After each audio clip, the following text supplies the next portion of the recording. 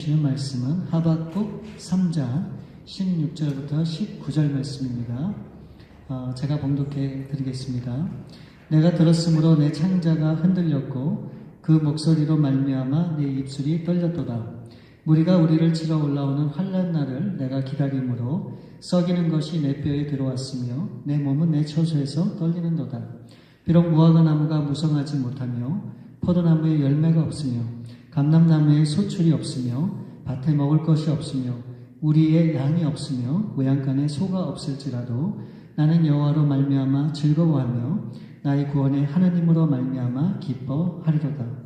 주 여호와는 나의 힘이시라. 나의 발을 사슴과 같게 하사 나로 나의 높은 곳에 다니게 하시리로다. 이 노래는 주의하는 사람을 위하여 내 수금에 맞춘 것입니다. 아멘. 아멘. 여러분, 감사에는 크게 두 가지의 감사가 있다, 그렇게 생각을 합니다. 마음에서 우러나오는 진정한 감사가 있고 그저 형식적으로 하는 그런 감사가 있지 않나, 그렇게 생각이 됩니다. 이거를 조금 더 세상적인 말로 하면 진짜 감사가 있고 또 가짜 감사가 있다, 그렇게 볼 수 있는 것이죠.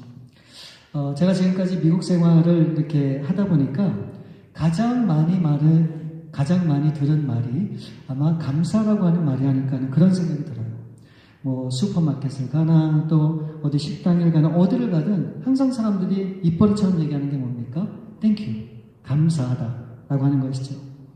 그런데 그런 감사가 정말 마음에서 우러나오는 감사인가 생각을 해보면 그냥 의무적으로 습관적으로 하는 감사일 수 있다, 그렇게 생각이 돼요.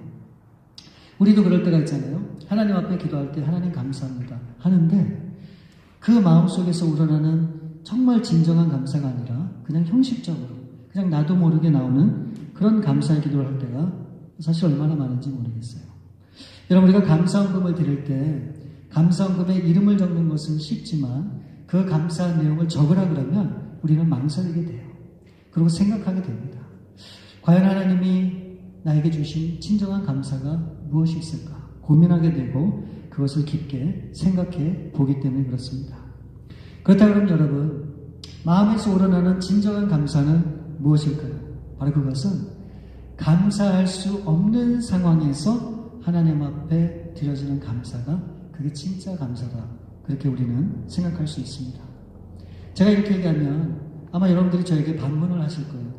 그러면 모든 것에 만족하고 행복하고 기쁨이 넘쳐서 하나님 앞에 감사하는 그 감사는 진짜 감사가 아니란 말인가? 라고 그렇게 얘기할 수 있을 겁니다. 물론 맞아요. 그것도 중요하고 귀한 감사에는 틀림이 없습니다. 그럼 제가 이렇게 여러분에게 질문을 한번 드려볼게요. 여러분은 매일 하루 24시간, 1년 365일 정말 매 순간마다 만족하고 기뻐하고 그 하나님으로 우러나오는 진정한 감사를 그렇게 드리면서 살고 계십니까? 분명히 제가 확신하건대 그러진 않을 거라고 생각해요. 어쩌다가 하나님 앞에 감사하기도 하고 또 특별히 정말 하나님이 주신 은혜가 있으면 감사하기도 하고 매 순간 우리에게 감사하는 그 일은 결코 쉽지 않다, 그렇게 생각이 돼요. 여러분, 왜 그렇습니까?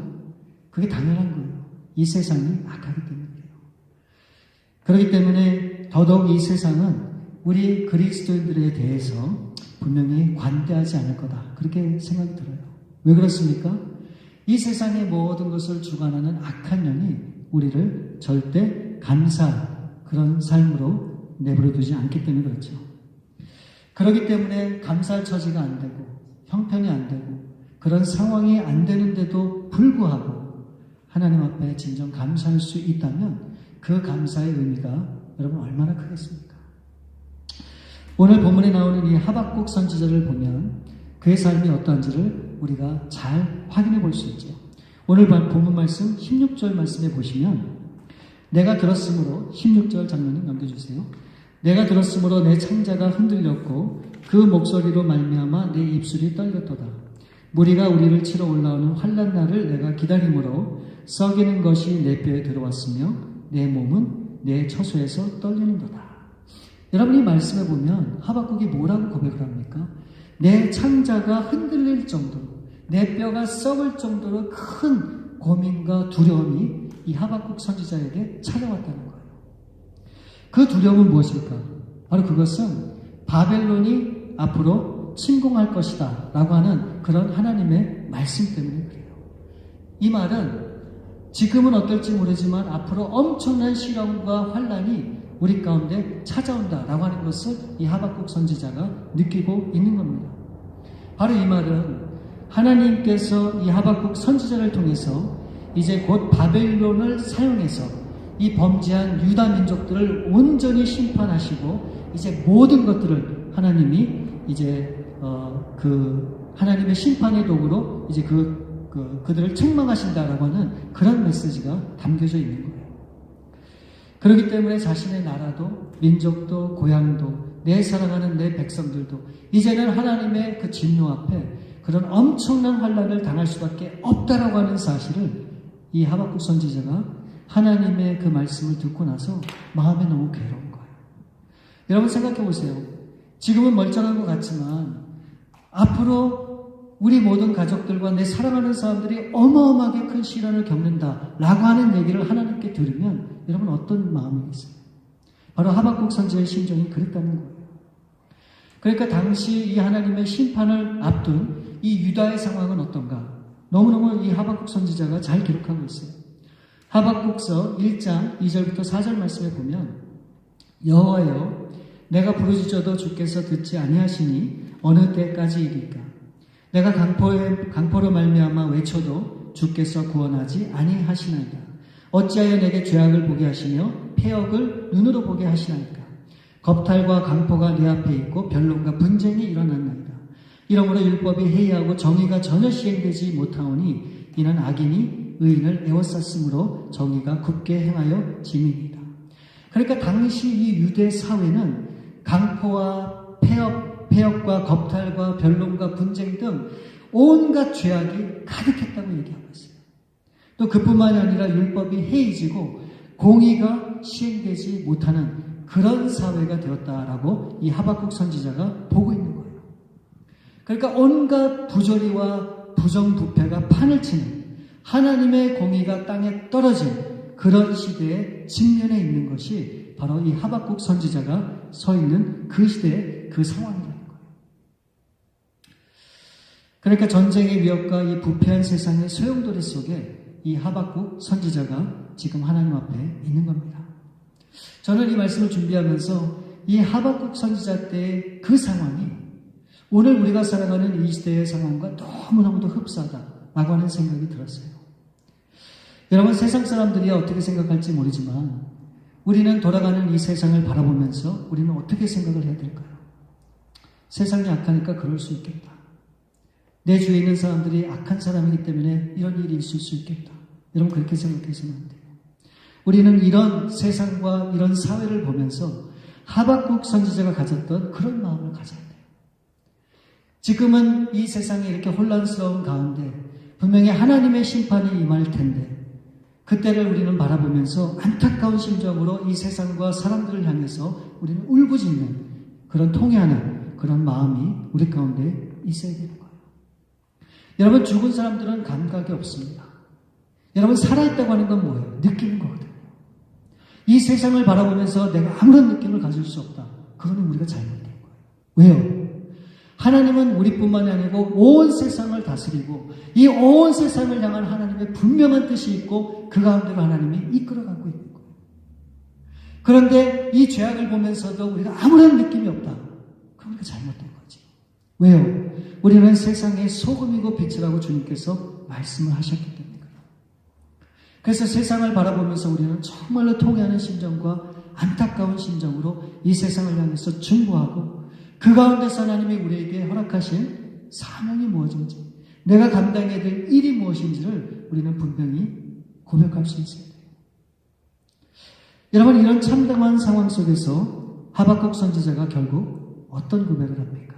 17절 말씀해 보시면 비록 무화과 나무가 무성하지 못하며 포도나무에 열매가 없으며 감람나무에 소출이 없으며 밭에 먹을 것이 없으며 우리의 양이 없으며 외양간에 소가 없을지라도 여러분 있는 것보다 없는 게 더 많아요. 근데 지금 이 하박국 선지자가 열거한 이 없는 이 내용이 이 없다고 하는 이건 뭡니까? 우리가 살아가는 데 있어서 꼭 필요한 거예요. 우리 생활하는 데 있어서 반드시 있어야 되는 것들입니다. 그런 것들이 없을 수도 있다고 하는 것을 전제로 얘기하고 있어요. 왜요?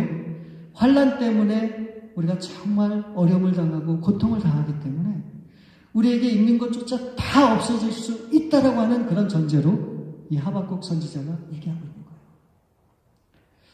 여러분, 우리 젊은 세대들, 저를 비롯해서 우리 젊은 세대들은 그런 경험이 없죠. 그러나 우리 부모님 세대는 그 모든 어려운 시기를 다 경험을 하셨잖아요.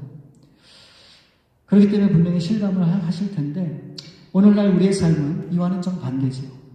없어서 힘든 것이 아니라 너무 많은데 더 갖지 못해서 만족하지 못하는 그런 시대에 우리가 살아가고 있습니다. 여러분, 아직도 지구의 3분의 1은 하루에 3끼조차 제대로 먹을 수 없는 사람이 태반입니다. 그런데 하루 3끼를 먹을 수 있고 누워서 잘 수 있는 집이 있다고 하는 것이, 공간이 있다고 하는 것이 얼마나 감사한 일입니까? 결국 이 하박국 선지자는 이 모든 되어질 일들을 생각하고 바라보면서 지금 이야기하는 거예요.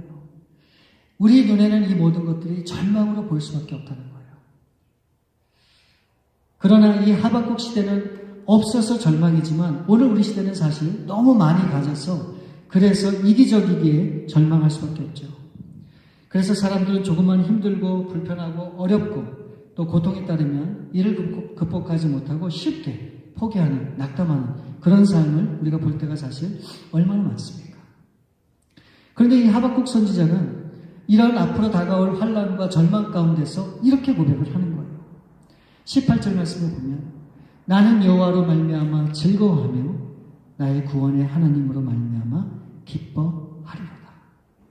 여러분, 엄청난 시련과 환난으로 인해서 무화과 나무에 열매가 없어요. 포도나무에 열매도 없습니다. 감람나무에 소출도 없고 밭에 먹을 것도 없어요. 우리는 양과 소도 없단 말이죠. 그런 상황이 온다 할지라도 나는 기뻐하겠다는 거예요. 누구 때문에? 하나님 때문에. 여러분, 어떻게 기뻐하고 즐거워할 수 있는 상황이 아님에도 불구하고 어떻게 이렇게 해서 하박국 선지자가 이런 고백을 할 수 있을까? 그 이유는 단 한 가지라고 저는 생각해요. 이 하박국 선지자는 이 모든 환경 가운데도 역사하시고 여전히 변함없이 이 하박국 선지자와 함께 계시는 그 하나님을 믿었기 때문에 그래요.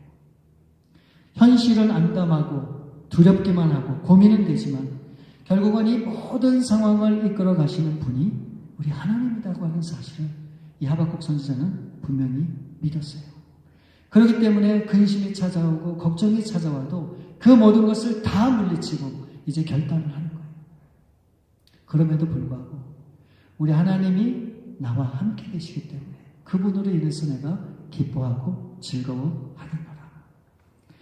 그렇기 때문에 이 여호와 앞에 이 하박국 선지자는 진심으로 감사를 하고 있는 것이죠. 여러분, 우리가 신앙생활하면서 왜 우리가 하나님 앞에 감사하지 못할까요? 왜 우리가 그렇게 감사에 인색할까요? 그 이유는 분명해요. 이 감사를 하나님과 연관되어 생각하지 않기 때문에 그렇다. 저는 그렇게 봅니다. 우리가 진정 누구에게 감사를 해야 될지 우리는 습관처럼 감사만 하기 때문에 그래요. 여러분, 사람들이 하는 그 감사를 살펴보면 대부분이 다 조건부 감사예요. 하나님께도 우리가 마찬가지로 그렇게 반응을 하죠. 하나님께서 이걸 해주시면 감사하고 그렇지 않으면 감사하지 않죠. 그러므로 중요한 것은 무엇인가? 조건이 충족되고 안 되고를 누가 결정하는 겁니까? 내가 하는 거예요. 내가. 그러니까 내가 기준이라고 하는 거죠. 마치 내가 살아가는 내 인생의 주인이 나라고 하는 그런 착각을 할 때가 얼마나 많은지 모르겠습니다. 여러분 생각해 보세요. 여러분이 태어나갖고 지금까지 살아오면서 여러분들이 지금까지 여러분들이 세상에 태어나서 가지고 온 게 뭐가 있습니까? 사실 우리는 빈손으로 왔죠. 아무것도 없습니다. 사실은 다 하나님께서 우리에게 주신 것이죠. 내가 똑똑하고 능력이 있고 내가 잘나서 지금의 내가 있는 것이 절대로 아니죠. 이 모든 것이 돌이켜보면 하나님께서 우리에게 베푸신 은혜라고 하는 겁니다. 내가 가진 모든 것들, 내가 사랑하는 우리 가족들, 우리의 사랑하는 성도들 만나게 된 이 모든 것들 또한 나 때문에 된 게 아니라 하나님이 우리 가운데 은혜를 주셨기 때문에 이 모든 것이 가능했던 겁니다. 그런 하나님 앞에 우리가 어떻게 감사하지 않을 수 있습니까? 어떻게 그런 하나님 앞에 우리가 불평을 쏟아낼 수가 있습니까? 지난번 우리 박 장로님이 스트로크로 우리 중환자실에 입원하셨을 때 얼마나 놀랐는지 몰라요. 그 전에 코로나 때도 그 ICU에 들어가셔갖고 우리 온 성도님들이 정말 기도하며 우리 장로님의 건강을 위해서 그렇게 절박한 심정으로 하나님 앞에 그렇게 간구했던 때가 있잖아요. 이번에 또 그렇게 돼서 저한테 갑자기 드는 생각이 있었어요. 첫 번째 생각은 뭔가? 왜 하나님? 왜 하나님? 그 이유를 알 수가 없었어요. 왜 그런지. 그래서 두렵고 떨리는 마음으로 이제 우리 장로님을 병원에 찾아가서 뵀는데 너무 놀랐어요. 얼굴이 얼마나 환하고 얼마나 인자하고 얼마나 얼굴이 밝았는지 그 모습을 보고 제가 너무너무 놀랐습니다. 여러분 모두 아시겠지만 우리 박 장로님이 이렇게 여러 가지 말씀을 하시면서 습관적으로, 아니 습관은 아니죠. 이 마음에서 늘 고백하는 그런 말 중에 하나가 뭔지 아세요? 감사합니다. 감사합니다. 감사합니다.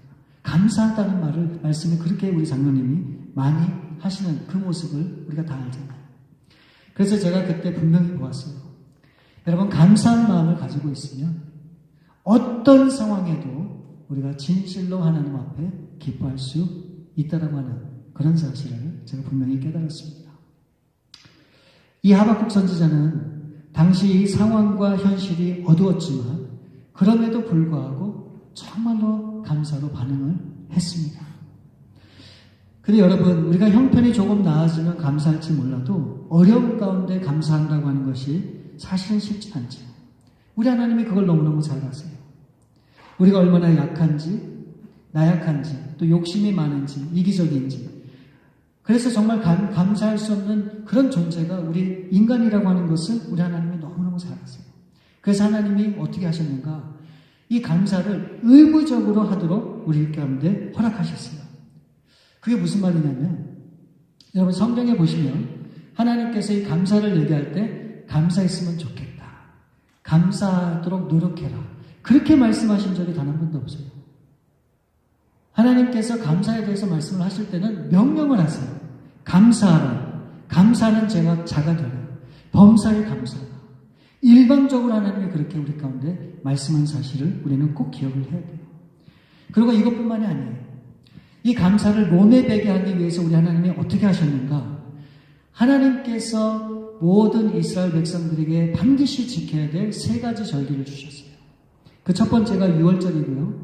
두 번째가 7.7절, 그 다음에 세 번째가 초막절입니다. 이것은 하나님의 백성들이 반드시 지켜야 되는 그런 절기예요. 근데 여러분 보세요. 6월절은 뭐예요? 애굽에서 노예로 살던 이스라엘 백성들을 출애굽시키고 하나님의 그들의 구원을 허락해 주신 그 구원의 감사로 드리는 그런 절기예요. 여러분 7.7절, 또 매추절, 오순절이라고 하는 건 뭡니까? 한 해 동안에 하나님이 허락하신 그 추수를 하면서 하나님 앞에 감사로 올려지는 그런 절기가 바로 7.7절이에요. 여러분 초막절 또는 수장절, 장막절이라고 하는 절기는 뭐예요? 바로 그것은 광야 40년 동안 살면서 텐트 생활을 했잖아요. 그 가운데서도 모든 것을 공급해 주시고 채워주시고 인도해 주신 그 하나님 앞에 감사로 드리는 절기가 바로 이 초막절이에요. 그러니까 이 세 가지 절기는 어떻게 보면 감사로 드리는 절기라고 하는 겁니다. 이것을 통해서 우리가 알 수 있는 것은 무엇인가? 여러분 하나님은 우리로 하여금 무엇을 받기 원하시는 줄 아세요? 감사. 정말 우리가 감사로 올려드리는 그런 삶의 고백을 우리 하나님이 듣기를 원하신다는 거예요. 여러분 예배라고 하는 게 뭔지 아세요? 하나님이 반드시 지키라고 하신 이 세 가지 절기를 다 합쳐서 드리는 게 바로 예배예요. 그래서 이 예배에 대해서 시편에 보시면 예배가 어떠해야 함을 우리 가운데 분명히 설명하고 있습니다. 그것이 너무너무 많이 기록이 되어 있어요. 그 중에 제가 한 가지만 제가 말씀을 드리면 시편 50편 23절 말씀을 보시면 감사로 제사를 드리는 자가 나를 영화롭게 하나니 그의 행위를 옳게 하는 자에게 내가 하나님의 구원을 보이리라. 여러분, 가장 바람직한 예배의 마음가짐과 자세는 무엇인지 아세요? 바로 그것은 감사로 하나님 앞에 드리는 거예요. 여러분, 그래서 우리가 예배를 드릴 때 정말 꼭 우리가 하나님 앞에 기억을 해야 되는 것은 무엇인가? 감사로 하나님 앞에 나와야 돼요. 이번 우리가 어떤 삶을 살았던, 실수를 하고 잘못을 하고 하나님의 영광을 가리는 그런 삶을 살았다 할지라도 이 자리에 나올 때는 하나님 앞에 감사로 나오셔야 돼요. 왜요? 하나님은 우리의 모든 삶을 통해 다시 한번 이 예배를 회복시켜 주시고 우리 가운데 있었던 그 모든 그런 삶을 다시 한번 온전히 바꿔주시는, 그래서 다시 한번 감사로 회복되어 하나님 앞에 기쁨으로 나갈 수 있도록 하는 게 바로 이 예배이기 때문이에요. 그러니까 저는 이 예배 가운데 꼭 빠져서는 안 되는 것이 그게 감사라고 생각해요. 여러분, 감사한 마음으로 주님 앞에 나오면 기뻐해야죠. 나 같은 죄인, 나 같은 연약한 사람, 나같이 하나님 앞에 쓸모없다고 생각되는 그런 사람조차도 기뻐 받으시는 하나님이 이곳에 계시고 우리의 예배를 기뻐 받으시다고 하는 것이 얼마나 감사한 일입니까? 그러니까 우리가 주님 앞에 나올 때마다 감사로 예배를 드려야 되는 거예요. 여러분, 일상 중에서 얼마나 감사하는 일이 많습니까? 사실 우리가 일상적으로 감사를 하는 일들이 세어보면 참 많은 일들이 참 감사하기도 하죠. 그런데 이 성경에서 말씀하는 감사는 그런 차원을 넘어섭니다. 우리가 어제까지 이 다니엘서를 묵상을 했잖아요. 근데 여러분, 다니엘은 어떤 감사를 했습니까? 이 다니엘을 시기한 이 총리들과 이 방백들이 30일 동안의 기간을 정해놓고 왕 외에 다른 신들에게 만일 기도를 하면 사자굴에 집어넣겠다라고 하는 그런 계략을 꾸미게 되죠. 이 다니엘은 그 사실을 몰랐을까요? 알고 있었죠. 그런데 어떻게 합니까? 그 전에 하던 대로 예루살렘을 향해서 하루 3번씩 창문을 열어놓고 기도를 합니다. 그리고 말씀해 보니까 기도를 하면서 이 다니엘은 감사를 했다고 얘기하고 있어요. 아니, 도대체 이 다니엘이 감사할 일이 뭐가 있습니까? 기도 때문에 문제가 생기고 죽을 지경에 처해 있는데 그런 상황에서 감사를 했다. 이걸 여러분 어떻게 이해를 할 수 있겠습니까? 사실은 이 다니엘이 기도만 한다고 해도 정말 위대한 신앙의 반응이죠. 그런데 그런 시련 앞에 감사할 수 있었다. 정말 대단한 일이 아닐 수가 없습니다. 여러분, 만일 평생 기도하지 말라고 그렇게 얘기를 했다면 어쩌면 우리가 순교를 각오하고 정말 그렇게 죽기 살기로 그래도 기도의 자리로 나갈 수 있지 않았을까 하는 생각이 듭니다. 그런데 이들이 뭐라고 얘기합니까? 30일이라고 하는 시간을 정해놨어요. 그 기간만 기도를 안 하면 살 수가 있는 거예요. 그러면은 여러분, 어떤 게 지혜로웁니까? 아니, 하나님을 안 믿겠다 그러는 것도 아니고 앞으로 예배를 안 드리겠다 그러는 것도 아니고 30일만 꾹 참고 기도를 안 하고 30일이 지난 이후에 더 열심히 하나님 앞에 기도하고 하나님 앞에 나가면 그러면 이게 얼마나 좋은 일이에요. 근데 여러분, 그럼에도 불구하고 이 다니엘은 그렇게 하지 않았습니다. 여러분, 이 다니엘을 죽이고자 했던 그런 대적자들은 이 다니엘이 어떤 믿음을 갖고 있는지를 명확하게 알고 있었어요. 이 강직한 이 다니엘의 신앙을 분명히 알고 있었던 것이죠. 아무리 기간을 정해놔도 이 다니엘은 반드시 기도할 사람이다 라고 하는 것을 그 대적자들은 믿었던 거예요. 아니나 다를까 이 다니엘은 어떻게 합니까? 그런 상황 속에서도 기도를 멈추지 않고 기도를 함으로 사자굴에 던져지게 되죠. 그럼에도 결국 이 다니엘은 살아나게 됩니다. 저는 이 말씀을 준비하면서 저 스스로에게 한 가지 질문을 해봤어요.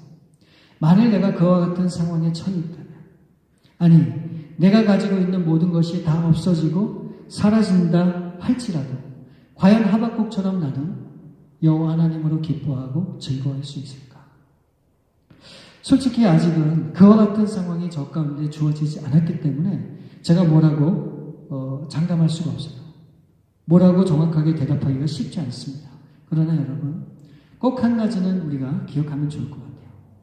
우리의 모든 것 되시는 여호와 하나님께서는 내가 의식을 하든 또 그렇지 못하든, 우리가 감사를 하든 그렇지 못하든, 우리가 진정으로 기뻐하든 그렇지 않든 언제나 우리 하나님은 우리와 함께 계시는 하나님이십니다.